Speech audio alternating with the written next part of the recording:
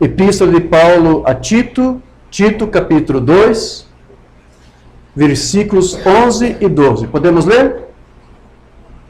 Diz assim a palavra do Senhor: porque a graça de Deus se há manifestado, trazendo salvação a todos os homens, ensinando-nos que, renunciando à impiedade e às concupiscências mundanas, vivamos neste presente século sóbria e justa e piamente.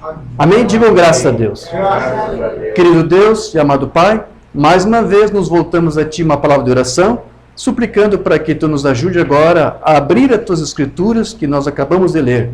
Que Tu possas acrescentar as Tuas bênçãos à leitura da Tua palavra e que o Teu Santo Espírito nos guie em tudo que for dito e falado. E o que for dito, que for ensinado através da Tua palavra, seja impresso nas tábuas dos corações dos Teus filhos. E o que eles aprenderem hoje aqui neste lugar, que eles possam levar consigo para o resto de suas vidas. Nos enche agora com a Tua gloriosa presença através do Espírito e do poder que está em Tua palavra. Porque sabemos que Tu se faz presente quando a Tua palavra é presente, está sendo pregado. Então, Senhor, fala com cada um de nós. Levamos cativo agora os nossos pensamentos à Tua obediência. E confiantes que Tu nos responde, Te damos graças no maravilhoso nome do Senhor, Jesus Cristo. Amém. Sublime graça do Senhor, que há infeliz salvo, eu cego fui, mas vejo já, perdido ele me achou. Amém. Graças a Deus. Podem tomar seus assentos. Meus irmãos, esta palavra que você encontra aqui na Bíblia, muitas vezes, essa palavra graça, no grego, a palavra que está lá é charis.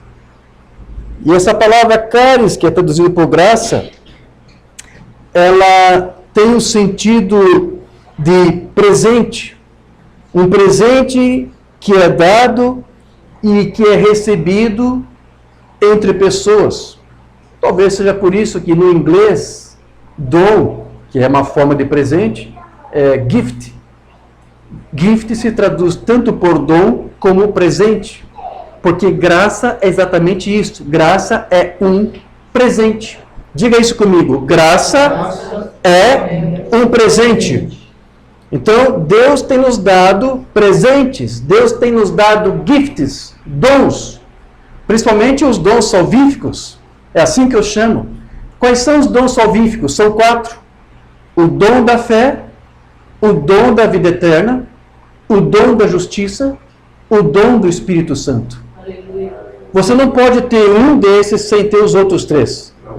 Se você tem um, você tem que ter. Se você tem o dom da fé, automaticamente você também tem que ter o dom da justiça, porque é a fé que te justifica. Você tem que ter o dom da vida eterna, você tem que ter o dom do Espírito Santo.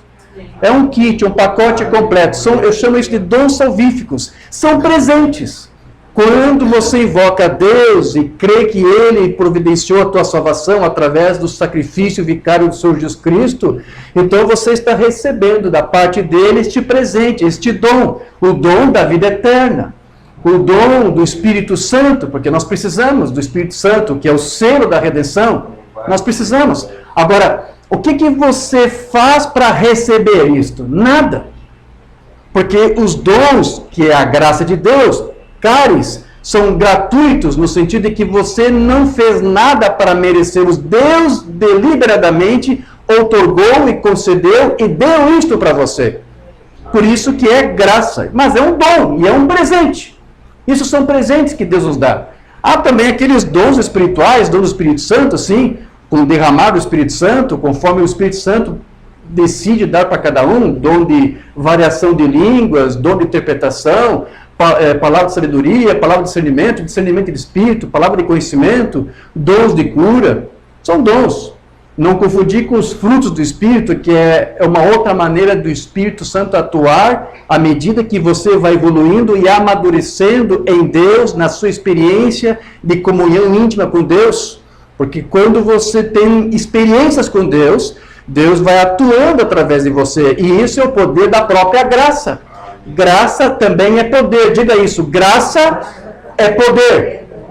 Graça é poder, irmão Jorge, sim. Porque Deus está te dando alguma coisa. É algo que fica com você.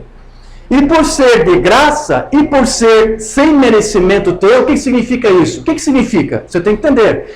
Se é sem merecimento, quer dizer que você não vai perder isso como se você não merecesse mais, porque a princípio você não merecia quando você recebeu. Então, quando você recebe o dom da vida eterna, é por algum tempo, é até você deixar de obedecer. Se você desobedece, você perde, o que acontece? Não. O dom da vida eterna é dom, é gratuito. Então você tem isto para sempre. Amém. A salvação não se perde. Se você errar, se você falhar, se em algum momento você tiver algum tempo de desobediência, de infidelidade, Deus, como um pai que nos ama, corrige. Ele vai te repreender. Até se ele tiver que te açoitar, assim falar uma banda assim, ele vai açoitar. Aí vem o Mandano explicando como é que Deus açoita. E se ele tiver que te impor uma enfermidade, ele vai fazer isso. Não é porque ele te odeia, é porque ele te ama. Ele não quer que você ande como uma ovelha desgarrada. E se você fizer isso, ele vai lá correr atrás de você e não vai te deixar perdido e abandonado. Então o que significa? Porque ele te deu um dom, ele te deu a vida eterna, ela é tua. Então você não tem como perder. Pode algum dia você deixar de ser justo aos olhos de Deus? Não! Uma vez que Deus te deu o dom da justiça, quer dizer que Ele te inocentou, você está inocentado para sempre. Pode vir um monte de acusação. Não, eu sei quem é o Jade, eu sei o que ele fez no passado. Então só Ele que lembra, porque Deus não lembra. Aí eu sei que o meu irmão Diógenes fez no passado, eu sei muito bem. Não importa, Deus não tem nada a ver com isso, porque tudo já está jogado, lançado no mar do esquecimento. Então isso que Deus nos deu, essas coisas são dons, são presentes, são gratuitos. E é interessante que a palavra diz, Paulo disse que essa graça, você sabe quando que ela nos foi dada? Ah, irmão Jorge, eu creio que Deus nos deu essa graça, a vida eterna, a justiça. Quando eu conheci a palavra, eu invoquei o Senhor como meu Salvador, aceitei Ele, e então ali Ele me deu essas coisas. Não. A Bíblia diz que Ele não te deu a graça quando você, um dia, num culto de reunião, numa chamada de altar, você foi lá, dobrou os joelhos e ali você recebeu a vida eterna. Não. Paulo disse que a graça de Deus já nos foi dada antes do mundo existir. Você sabia disso? Ele disse isso, irmão Jorge, mas isso é absurdo. Não, não é absurdo. Segundo Timóteo 1,9, que nos salvou, presta atenção, Ele nos salvou e chamou com uma santa vocação, não segundo as nossas obras. Quer dizer, não foi porque você mereceu. Não foi porque você fez alguma coisa que Deus se sensibilizou. Ah, que bom, que maravilhoso. Ah, eu vou salvar esse irmão, esse filho, porque ele está sendo obediente a mim. Não, não é por alguma coisa boa que você fez, uma coisa digna de nota, mas segundo o seu próprio propósito e graça. Graça que nos foi dada em Cristo Jesus. Quando? Antes dos tempos dos séculos. Antes dos tempos eternos. Quando que Deus te deu a graça da salvação? Antes do mundo existir. Antes de você existir. Antes de você vir ao mundo, nascido em pecado, e depois você cometeu os outros pecados, agregando os que você já tinha ao nascer. Antes de tudo isso, Deus gratuitamente já te salvou. Maravilha. É por isso que o Mambano chega a dizer, e claro, só tem que ter escritura para isso. Ele disse, nós sempre fomos salvos, pois a salvação foi antes dos tempos dos séculos. Então, dizer que Deus nos salvou antes dos tempos, o que significa isso? Significa que Ele já havia nos elegido e nos predestinado.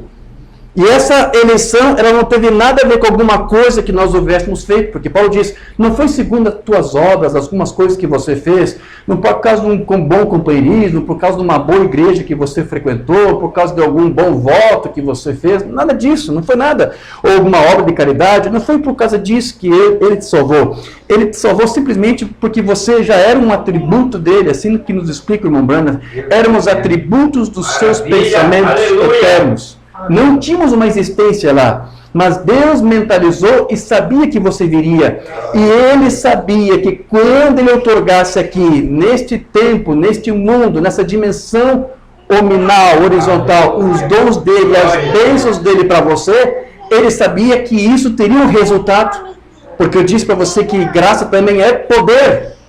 Então, quando Deus te transmite algo, te doa algo, te concede algo, na forma da ministração, na forma da palavra, e você recebe isto, então esta graça, este dom, ele está em você, permanece em você. Amém. E começa a operar e trabalhar em você. Glória.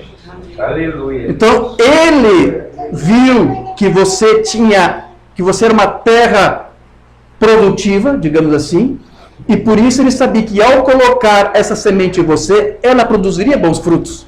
E ele viu tudo isto. Ele viu que você, quando estivesse aqui, receberia a palavra dele, aceitaria a palavra dele, e que você seria um reflexo dele. Ele sabia tudo isso, porque ele viu de antemão, e ele planejou, e ele desejou isto. Amém? Então ele sabia de antemão quais seriam os seus resultados do poder da graça que iria operar, que seria derramado em nós. E então o critério da sua eleição, da escolha que Deus teve, foi em seus próprios atributos que ele sabia, que ele de antemão viu, que estariam sendo refletidos em nossas vidas. Ele viu que nós seríamos a sua imagem, a sua semelhança. Não exatamente como Adão era lá, porque depois ele pecou, né? Mas ele sabia que você receberia a palavra e que você seria moldado por essa palavra e que você seria, a partir de então, como que representante de Deus aqui na terra.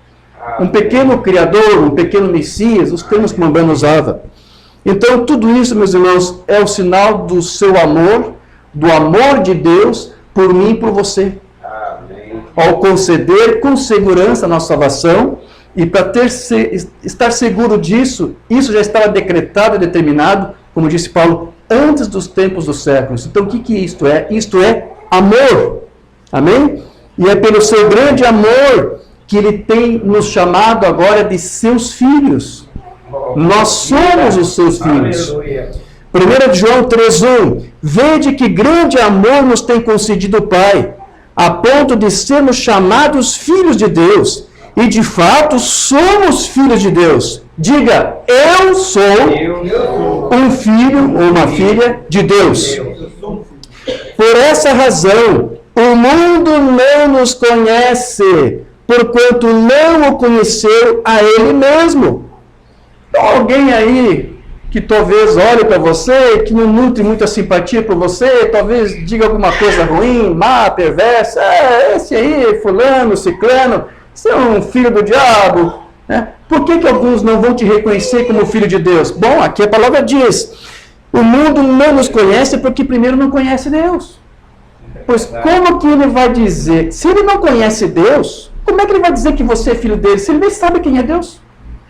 Então, quando alguém te chama de alguma outra coisa, qualquer coisa menos filho de Deus, é porque ele já está demonstrando que ele mesmo também, ele na verdade é que não é filho de Deus. Porque quem é filho de Deus reconhece o outro que é filho de Deus. E por que você reconhece? Porque você conhece Deus. A palavra diz que se você conhece Deus, você conhece os filhos dele. Então, a palavra diz, o mundo não conhece os filhos de Deus. Por que o mundo não conhece? Porque tampouco conhece Deus. Amém? Então, como pode ver alguém Deus em alguém se sequer conhece Deus? Então, só aqueles que conhecem Deus é que vai saber vê-lo nos outros. Porque, como eu disse, os filhos são o quê? Reflexo de Deus. Amém? Amém. Graças a Deus. Então, Deus, Ele mostrou este amor para conosco através da sua eleição. Outra escritura aqui, 1 João 4,16. E nós conhecemos e cremos no amor que Deus tem por nós. Deus é amor, e aquele que permanece no amor permanece em Deus e Deus nele. Então veja, Deus, Ele nos amou com o mesmo amor com que Ele também amou o seu próprio Filho, que esteve ao seu lado desde antes da fundação do mundo. Quero ler a escritura de João 17, 24. Aqui Cristo fala, Pai, a minha vontade é que onde eu estou, esteja também comigo os que me deste, para que veja a minha glória que me conferiste, porque me amaste antes da fundação do mundo. Pai justo, o mundo não te conheceu, eu, porém, te conheci. Ele colocou no passado. Não está colocando eu te conheço no presente. Eu te conheci. Por quê? Porque ele acabou de dizer que ele tinha uma glória com o Pai antes da fundação do mundo. Jesus aqui está falando da sua pré-existência. Pai querido, eu já te conheci lá antes que o mundo existisse. Lá eu vi o teu amor por mim. E lá eu vi o amor que tu tinha pelos teus filhos, porque tu me separou para eu vir aqui algum dia e salvá-los. Eu te conheci porque eu estive lá do teu lado. No princípio era o Logos, a palavra. E a palavra estava com Deus, estava ao lado de Deus. A palavra no grego lá é prós, quer dizer ao lado, ou perto, ou próximo, ou diante. Então Cristo estava diante de Deus. E depois diz, e a palavra era Deus, ou seja, era divina, porque ele estava refletindo Deus, era a imagem e perfeição de Deus. E a palavra estava no princípio, ou seja, ao lado de Deus. E aqui Cristo disse, lá, Pai, eu te conheci. E também esses compreenderam que tu me enviaste. Eu lhes fiz conhecer o teu nome e ainda o farei conhecer, a fim de que o amor com que me amaste esteja neles e eu neles esteja. Eu tenho revelado a eles o teu nome, o poder que há em ti, o poder da tua palavra. Ele disse, e eu ainda hei de revelar mais. Como temos recapitulado as próprias palavras do irmão Branham, ele disse, se eu pudesse ver mais 100 anos, eu teria muito mais luz do que eu tenho hoje. Então, se você está em Cristo, se você está nele, então o tempo que você estiver aqui, ele, Deus, vai estar te dando luz e mais luz da sua palavra, acrescentando palavra sobre palavra. Amém? Amém. Então, veja, meus irmãos, este amor, ele nos é derramado hoje, gratuitamente, como presente, né? Como presente que ele deu para nós. Agora, eu preciso que você entenda um pouco mais sobre essa questão da graça, segundo os moldes em que Paulo a apresentou lá nas Escrituras. Porque eu disse para você que graça tem a ver com dom, tem a ver com presente, não é isso?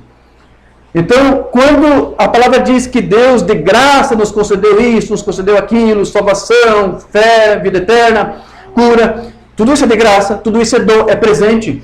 Paulo, ao tratar dessa questão, ele está levando em consideração justamente a maneira em que, nos seus dias, nos tempos bíblicos, digamos assim, eram feitas as trocas de presente. Quando uma pessoa ofertava e dava um cáris, ou seja, um presente, um dom para o outro. Então, como é que era a doação de presente nos tempos antigos? Você não pode comparar com a maneira como nós fazemos hoje. Porque hoje, geralmente, essa nossa mentalidade moderna, assim, principalmente a mentalidade ocidental, quando você quer dar um presente para uma pessoa, você não vai premeditando com a intenção de que essa pessoa depois também te retorne com outro presente. Eu posso perguntar isso para você, você faz isso? Alguma vez você fez com essa intenção? Alguma vez você pensou, eu vou dar um presente nele, mas eu espero que ele me dê outro presente em troca. Você alguma vez fez isso? Nós não fazemos isso. Quando você dá um presente sinceramente, verdadeiro, com boas intenções, você dá sem esperar algo em troca dessa pessoa. É ou não é? É assim que nós fazemos, né? Então você dá um presente porque você simplesmente quer mostrar o seu afeto, o seu amor, a sua consideração para essa pessoa, e você não vai dar o presente com outros interesses, com outras intenções. Não, você simplesmente vai dar e pronto. Mas você sabia que nos tempos bíblicos não se dava presente assim como nós damos hoje? Como é que é, irmão Jorge? O que o senhor está querendo dizer com isso? Que no Antigo Testamento, que nos tempos bíblicos, as pessoas davam presente esperando um retorno, que alguém lhe desse algo em troca? Sim. E irmão Jorge, o senhor também está com isso, querendo aplicar isso a Deus? Ou seja, que Deus seria uma espécie de Deus interesseiro? Porque o senhor disse que Deus nos dá dons, nos dá presente. O senhor quer dizer então que Deus também faria isso? Que Deus nos dá presentes com um desejo, com uma esperança, com uma expectativa de que haja um retorno disso, ou seja, que nós devemos alguma coisa dar para Ele em troca? Sim. Mas, irmão de hoje, isso não faz nenhum sentido. O Senhor mesmo disse agora para nós que não é sensato, que não é justo, não é correto você dar presente para alguém com outras intenções, que você tem que dar sem desejar nada em troca. E agora só está dizendo que no Antigo Testamento era assim? Exatamente. Para você entender a graça, conforme a Escritura, você tem que entender como que era naquele tempo.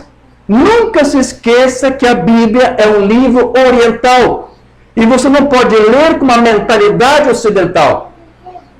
Então, se nós hoje, com a nossa mentalidade ocidental, pensamos assim, eu vou dar um presente sem precisar nada em troca, você tem que entender que nos tempos bíblicos não era assim. Nos tempos bíblicos, principalmente nas culturas greco-romanas e judaica também, as pessoas, quando faziam trocas de presente, quando davam presente para alguém, elas faziam já com a expectativa de que ela retornasse com um ato recíproco com esse mesmo gesto. Eles esperavam, eles contavam com isso. Na verdade, isso era quase que uma espécie de compromisso ou de aliança. Quando alguém dava um presente para alguém, era como se ele estivesse dizendo, olha, eu quero aqui manter uma aliança contigo. Eu quero aqui manter um compromisso contigo. E ele esperava que essa pessoa respondesse a esse mesmo gesto.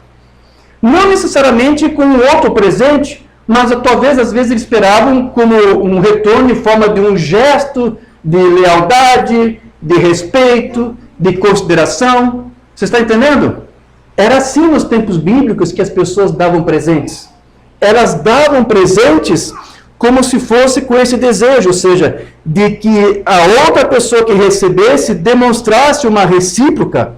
Então, dar presente e esperar algo em troca eram duas coisas que andavam juntas nos tempos bíblicos. Eles davam na esperança de que aquele que recebesse devolvesse a ele também algo, retribuísse a ele com alguma coisa. Era assim. E se você não entender que era assim, você não vai entender o que Deus fez conosco. Quando Ele te deu um dom, a graça, a salvação, Ele te deu esperando também da mesma forma alguma coisa, algum ato recíproco da tua parte.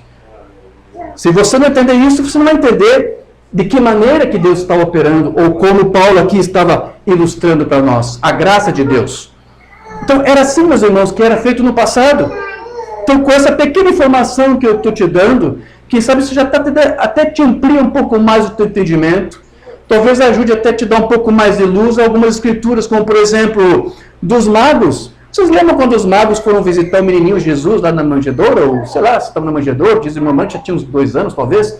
Você lembra quando os 3 magos foram até o Senhor Jesus e trouxe alguns presentes para ele? Você lembra disso?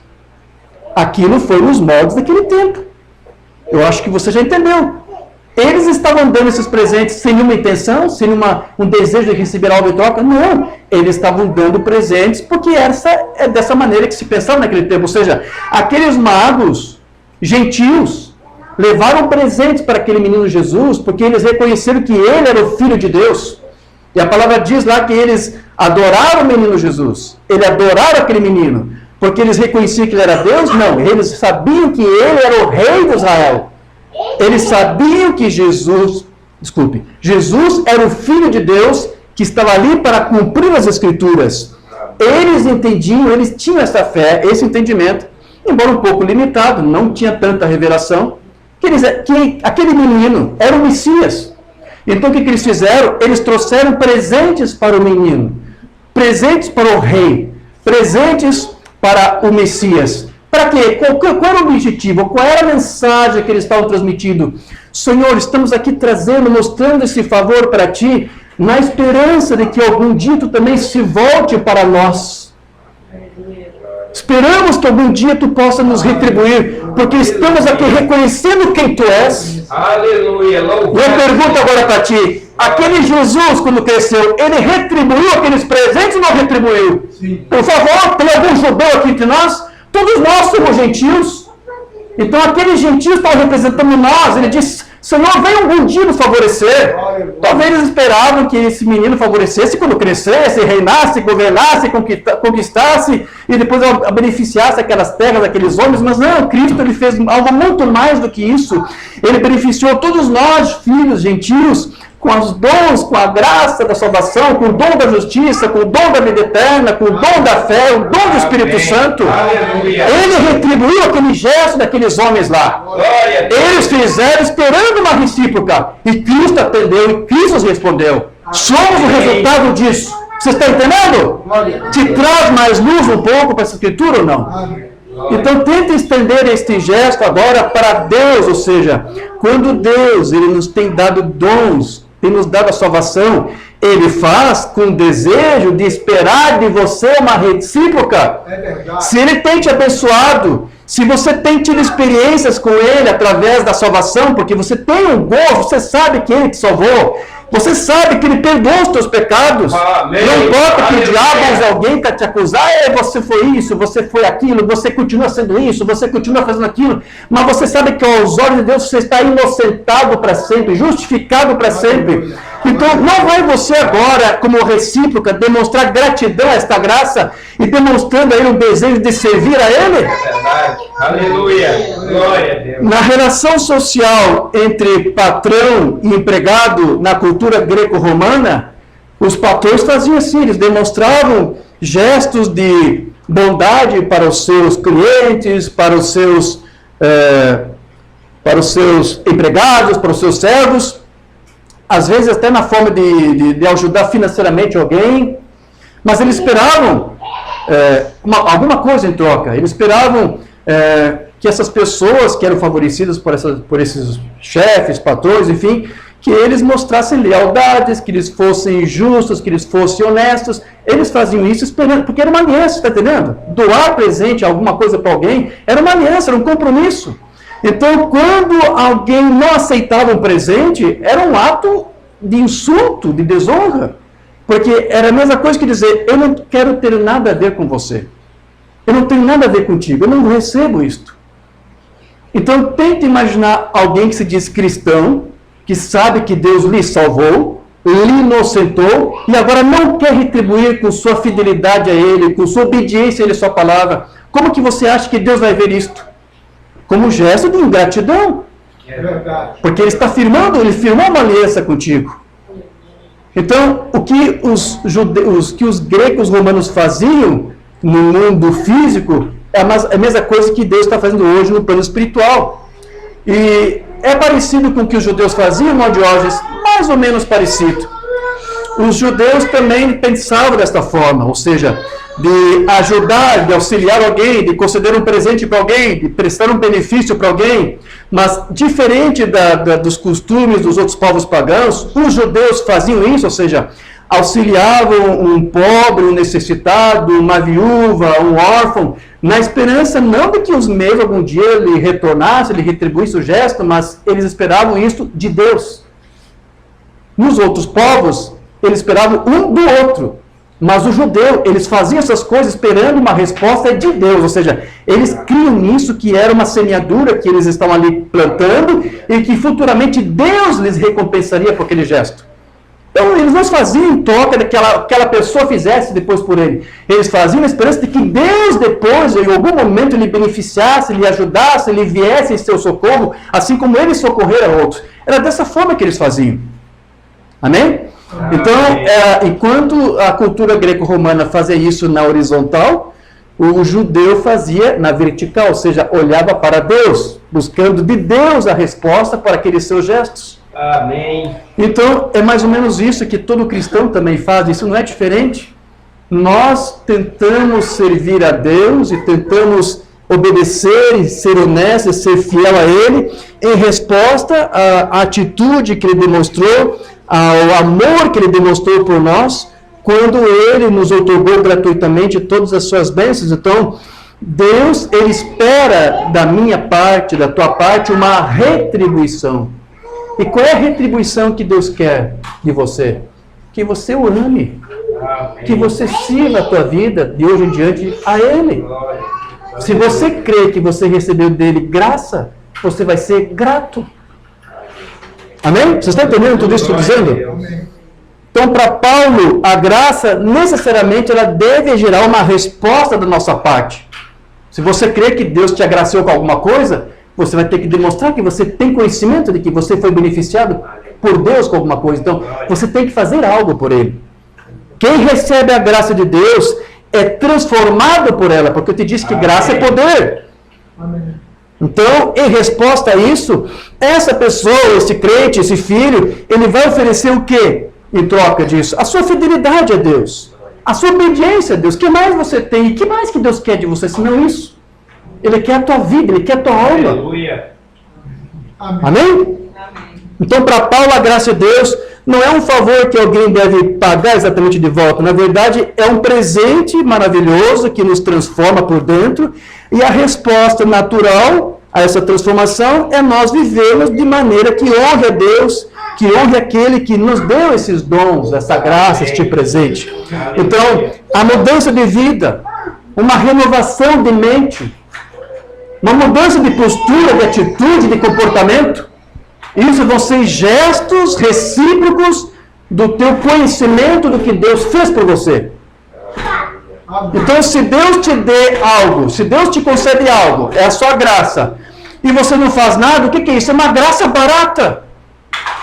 E Deus quer isso? Não. Deus quer algo de você.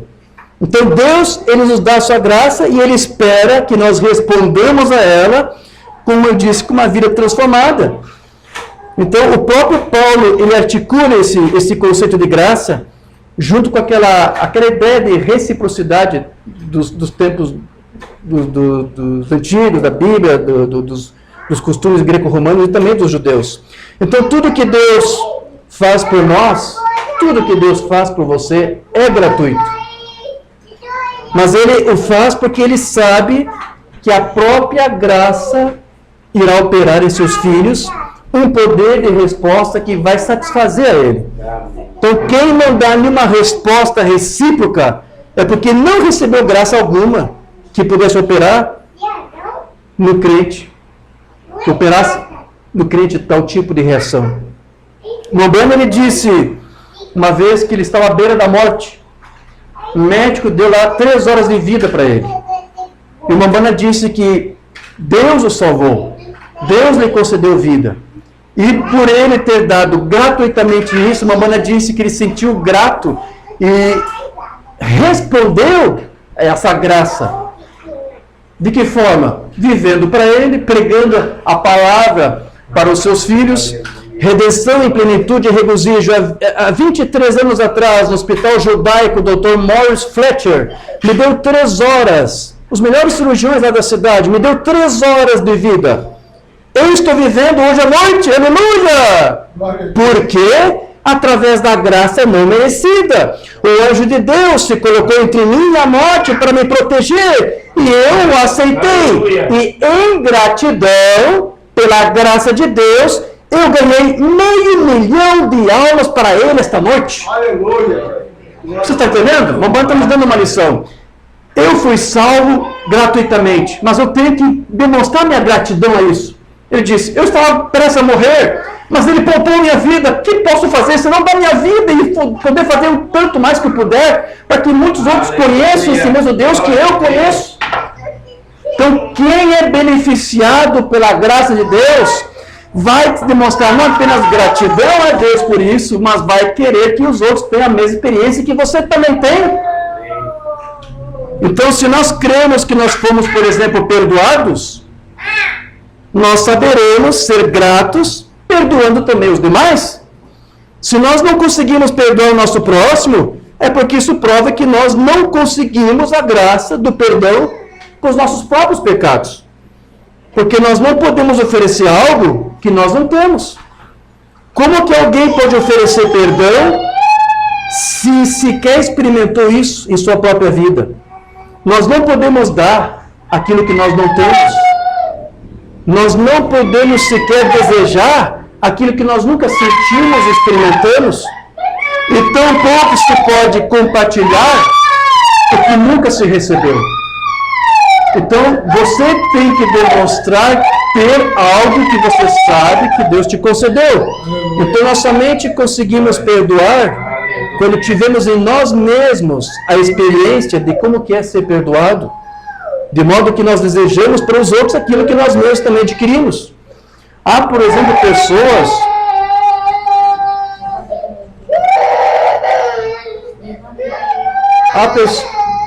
Há, por exemplo, pessoas que têm dificuldade para amar. E a maioria das vezes, quando isso acontece, ou seja, quando pessoas têm dificuldade de amar, é porque elas mesmas nunca experimentaram o amor. Eu não sei se já contei isso antes, mas talvez já tenha contado, mas vou só compartilhar.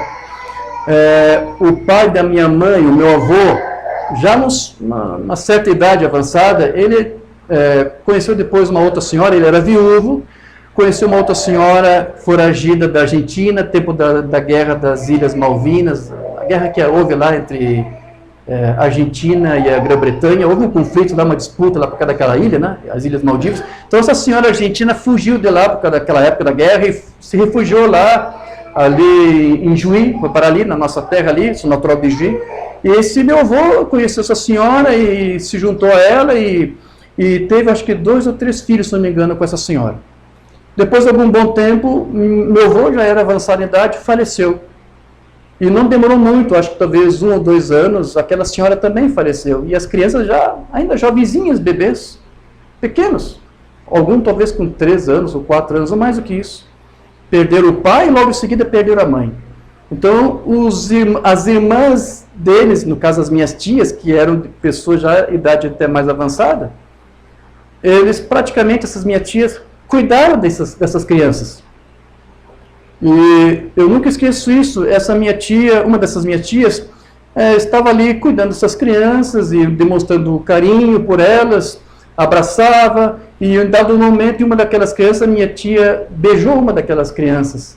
E esse menino, essa criança, se voltou para minha tia e disse: Nana, que era sua irmã, o que foi isso aqui que você fez aqui?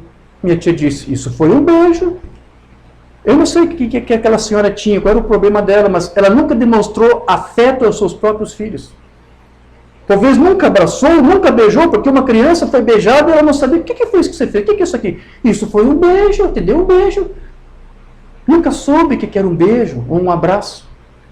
Agora, você pensa que isso é um caso isolado? Tem muitas pessoas que cresceram em lares assim, nunca tiveram uma demonstração de um gesto de afeto, de amor por seu pai, ou por sua mãe, ou por um parente, ou familiar. Então, uma pessoa que cresce nessas condições, como é que ele vai depois demonstrar afetos, amor? Como vai demonstrar um sentimento que ele nunca lhe foi compartilhado? Você está entendendo?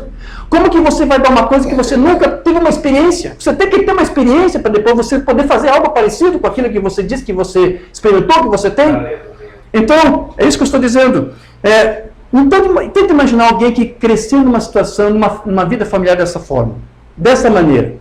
Como é que ele vai conseguir demonstrar amor? Como é que vai demonstrar afeto, consideração pelas pessoas, se não teve essa própria experiência consigo? Meus irmãos, aí neste caso, somente Deus mesmo para interagir, intervir e fechar feridas e chagas e curar os remorsos, os problemas que essa pessoa talvez teve desde o seu nascimento, para poder saber e ter essa experiência. Somente Deus mesmo derramando do seu amor para uma pessoa assim, para que ela possa saber fazer isto, saber amar a outros, saber perdoar a outros. Então, o que eu quero dizer é isso: você nunca vai dar o que você não tem. Você nunca vai transmitir uma coisa que você nunca recebeu ou experimentou. Então, por que Deus te ama? Por que Deus te dá graça? Por que Deus te abençoa? Por que Deus te faz prosperar? Que é para você ter essa experiência e que você possa fazer isso para com os demais. Para que você possa demonstrar isso adiante. E é isso que é a graça, é isso que é o poder de Deus. Ele faz esses bens, Ele opera isso em nós, para que nós mesmos sejamos também veículos e instrumentos dessas bênçãos dele operando em nós, nos outros, na vida dos outros. Ou seja, Ele quer fazer de você um vaso dele, realmente, um instrumento dele. Amém, meus irmãos? Então, aqui o Mamãe vai dizer na sua mensagem que fostes ver. Paulo, ele tinha apanhado um escravo fugitivo, eu não consigo lembrar de qual era o seu nome neste momento, ele está se referindo a Onésimo, está lá em Filemão. No entanto, ele tinha uma grande dívida, e Paulo sentia tanto amor por Cristo que mandou um recado ao dono que possuía o escravo. Ele disse: agora ele se tornou um meu irmão amado, e tudo que ele fez, e tudo que ele te deve, vê, põe na minha conta, eu te pagarei quando passar aí. Veja, Paulo tinha sido um cristão por tanto tempo, ele sabia o que era perdoar, o que significava perdoar alguém, ele tinha sido perdoado ele próprio. E eu acho que cada cristão que realmente foi perdoado sabe ser grato pelo perdão. Aleluia. Então aqui o mamãe está dizendo, você vai saber fazer pelos outros porque você tem experiências disso na sua própria vida. Mas se você nunca foi amado, se você não tem experiências com Deus, como é que você vai poder amar e ver Deus nos outros, como eu disse logo no início? Isso? Não conhece a ti como filho porque não conhece a Deus. Então aqui lá em Efésios... Aqui o irmão disse que ele foi realmente perdoado, então ele vai saber ser grato, ele vai saber, ou seja, ele vai saber retribuir o perdão que ele recebeu. Então, eu te pergunto, como é que você demonstra essa gratidão pelo perdão recebido? Como é que nós demonstramos isso para Deus? Perdoando os outros. Mesmo que isso às vezes até nos custe algo, como custou para Deus, para Ele nos perdoar, custou o seu filho, que Ele teve que sacrificar, para que o perdão dele chegasse até nós. Então, o nosso gesto de amar e perdoar será como um gesto de gratidão por aquilo que Deus fez em nossas vidas. Mas, na verdade, tudo será a operação da graça de Deus em nós, que não somente promoveu em nossas vidas um bem-estar, como vai operar através de nós mesmos em favor dos outros aquele mesmo bem. Então, a razão de a graça de Deus operar em nossas vidas é com o objetivo de que essa mesma graça superabunde na vida dos outros através de você. Efésios 3:20. Ora, aquele que é poderoso para fazer tudo muito mais abundantemente, além daquilo que pedimos ou pensamos, segundo o poder que em nós opera. Há um poder que opera em nós. Que poder é esse? O poder da graça. O poder do amor, o poder do perdão. Isso é um poder que vai operar em nós. Aleluia. Na vida de nossa própria família, de nossos parentes, nossos próximos. Deus vai fazer essa mesma operação nos outros através de nós. Amém.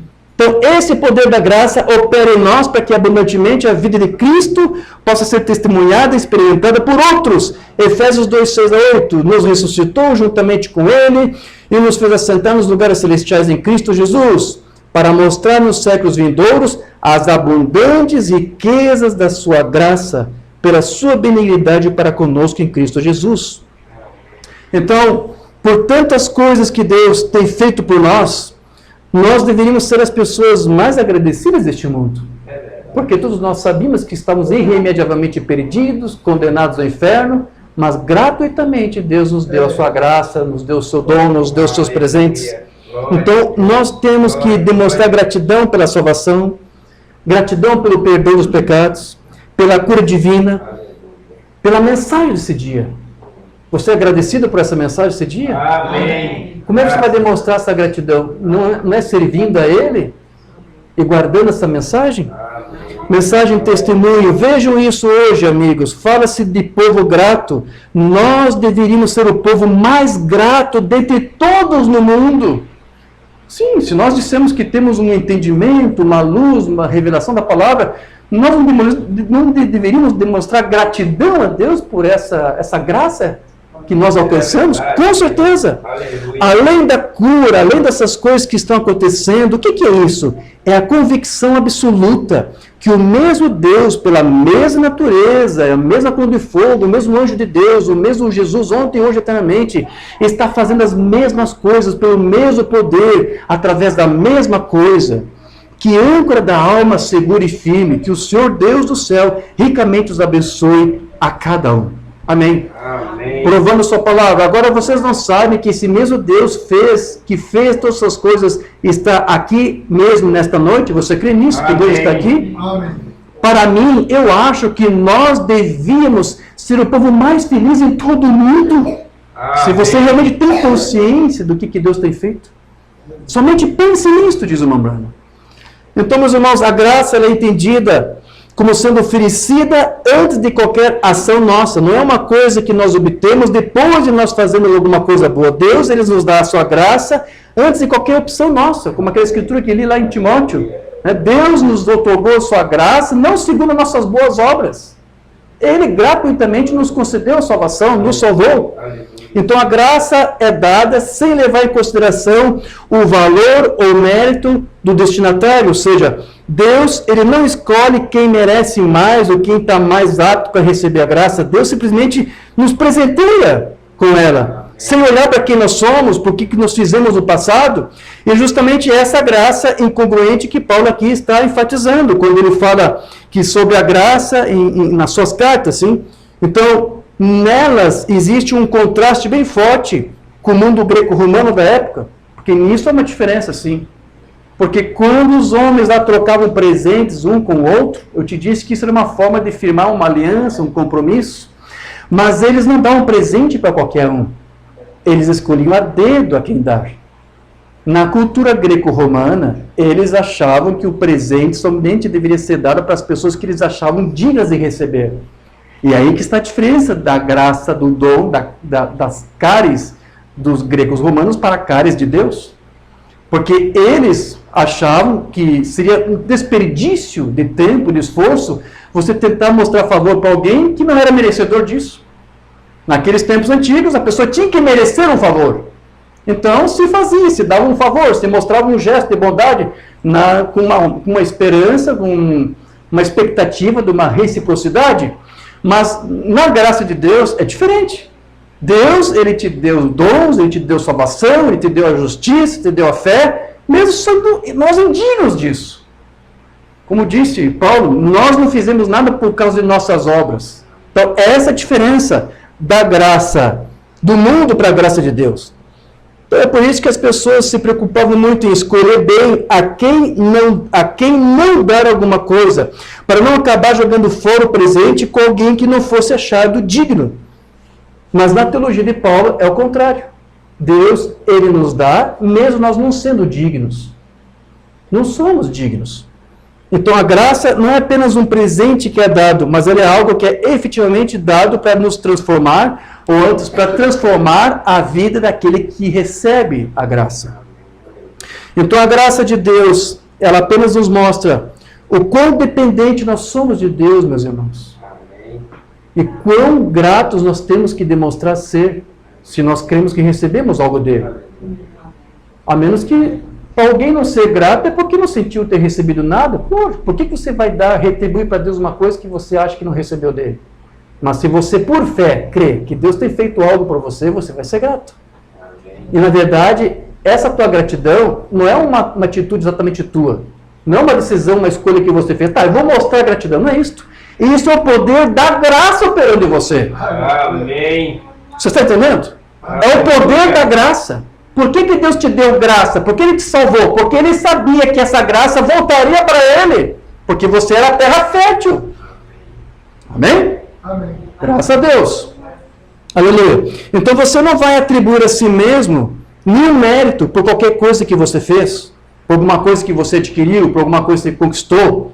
Mas você vai atribuir tudo quem? A Deus. Porque você aceitou a tua mente de que você é dependente dele em todos os sentidos da tua vida. Você não vai confiar em tuas próprias capacidades. Por isso é que você vai o quê? Você vai esperar em Deus até saber qual é a vontade dele, para você atuar com bons motivos, com bons objetivos. Era essa mentalidade que Cristo tinha. Cristo sabia que ele era dependente de Deus. E de que as coisas que ele fazia era porque Deus operava através dele. Então, era Deus que operava através do seu filho. É por isso que o irmão Branham, ele disse que Jesus também ele era piedoso, porque ele possuía essa mesma fé piedosa. Lá no Salmo 84, verso 5, diz assim: bem-aventurado o homem cuja força está em ti. Você acredita que a tua força vem de Deus? Amém. Você acredita que toda a capacidade para superar desafios, problemas, lutas, oposição é de Deus? É Ele que vai te dar capacidade? Amém. Você crê que é nele que você vai conseguir paciência, que muitas vezes é necessário?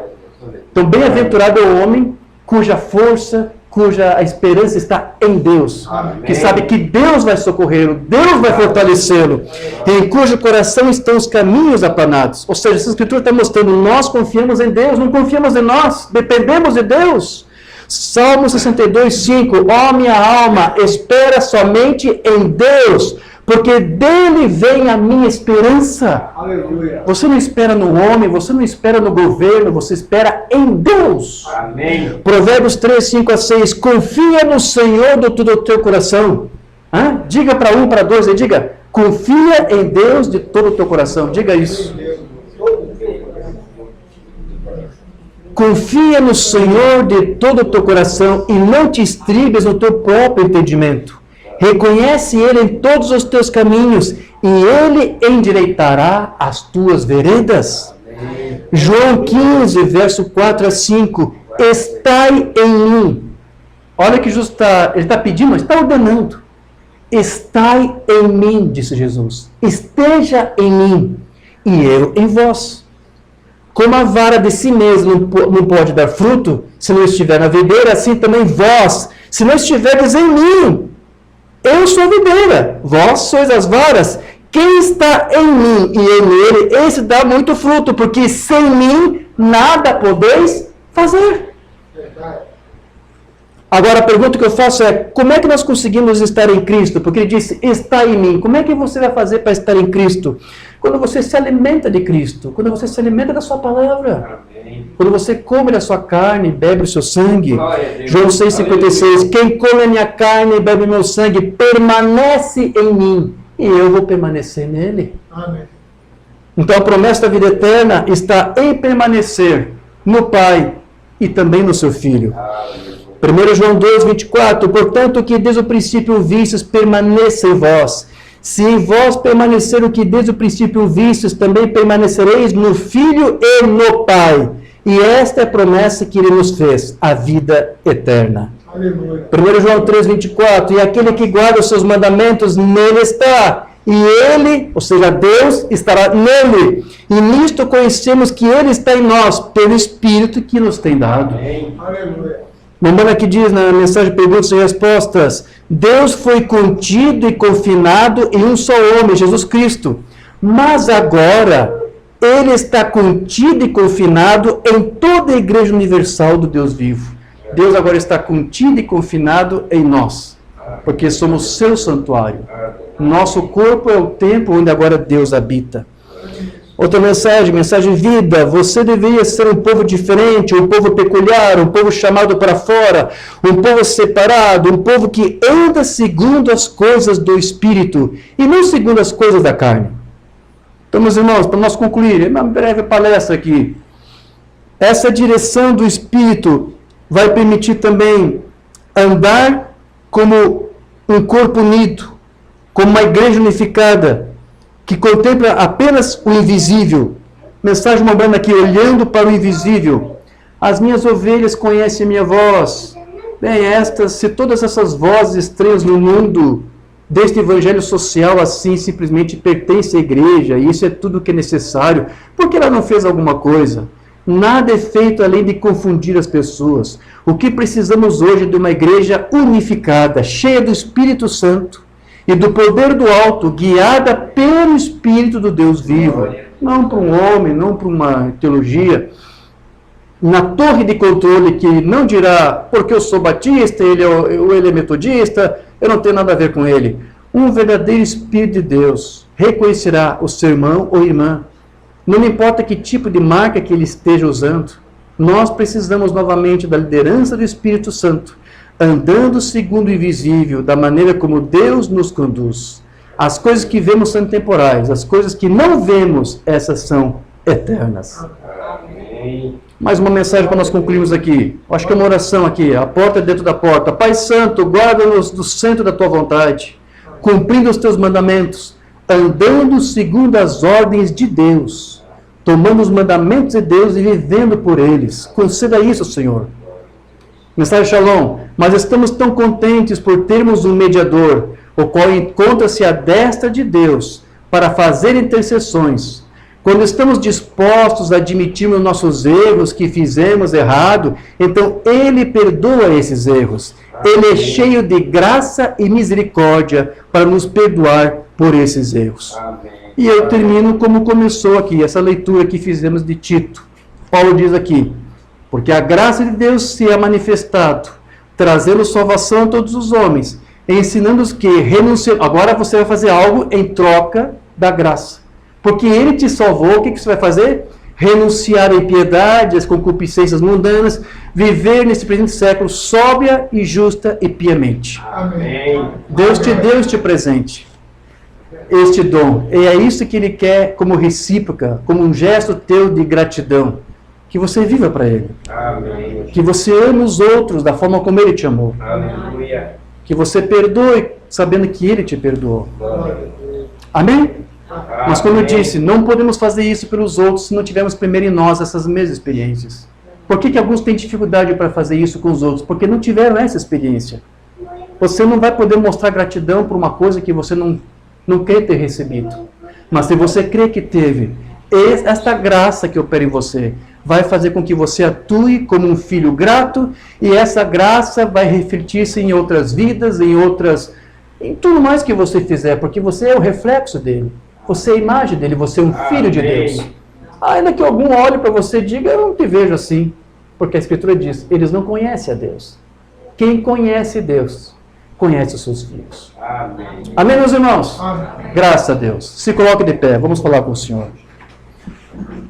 Maravilhoso Pai Celestial, Deus terno, Deus gracioso, Deus bondoso. Agradecemos por esse breve tempo que tivemos aqui, para estudar e compreender um pouco mais sobre a importância desse grande gesto que Tu demonstrou por nós lá na cruz do Calvário. Hoje nós conseguimos compreender um pouco mais o que é receber um dom, um presente da Tua parte. E hoje nós aprendemos, Senhor, que Tu requer de nós um gesto, uma recíproca. Tu está à espera de todos aqueles que receberam alguma bênção Tua.